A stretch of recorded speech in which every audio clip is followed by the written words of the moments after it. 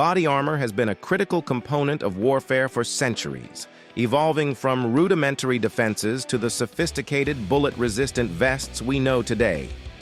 The journey of body armor is a fascinating tale of innovation, driven by the relentless need for protection in the face of increasingly deadly threats.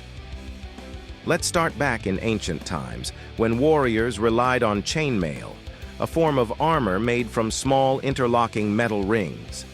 Chainmail was first used by the Celts in 300 BC and quickly spread to armies throughout Europe and Asia. This armor was effective against slashes from swords and spears, but provided little defense against blunt force or arrows. Yet, for centuries, chainmail remained the pinnacle of protection on the battlefield. With the invention of firearms in the 14th century, chainmail quickly became obsolete. The rise of gunpowder weapons rendered traditional armor almost useless. So, what did armies do next? They turned to plate armor, thick steel plates designed to stop musket balls. But there was a catch. This armor was incredibly heavy, weighing up to 60 pounds. Soldiers could barely move, let alone fight effectively. As firearms continued to improve, even the best plate armor became less effective, and by the 17th century, it faded from use. Fast forward to World War I, when modern body armor began to re-emerge in a new form.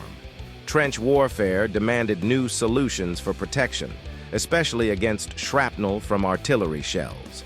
The first modern steel helmets were introduced, and some soldiers wore crude metal plates over their chests.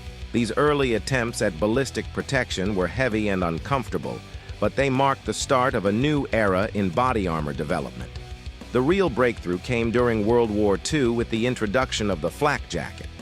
Made from layers of nylon fabric, these jackets were designed to protect aircrew from shrapnel and other debris.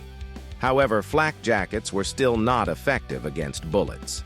Then, in the 1960s, a material was developed that would revolutionize body armor: Kevlar. Invented by Stephanie Kwolek, Kevlar is a synthetic fiber that is incredibly strong, yet lightweight. It could stop bullets without adding too much bulk, making it the perfect material for modern ballistic vests.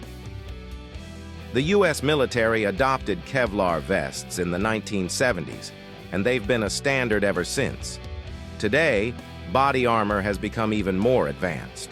Modern ballistic vests combine Kevlar with ceramic or polyethylene plates, providing protection against rifle rounds while remaining relatively lightweight.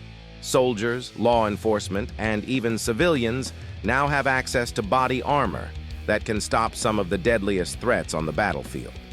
Body armor has come a long way from the days of chainmail and steel plates. What once was a heavy burden is now a lightweight, life-saving tool that continues to evolve. But the goal has remained the same: keeping those in harm's way safe from the dangers they face.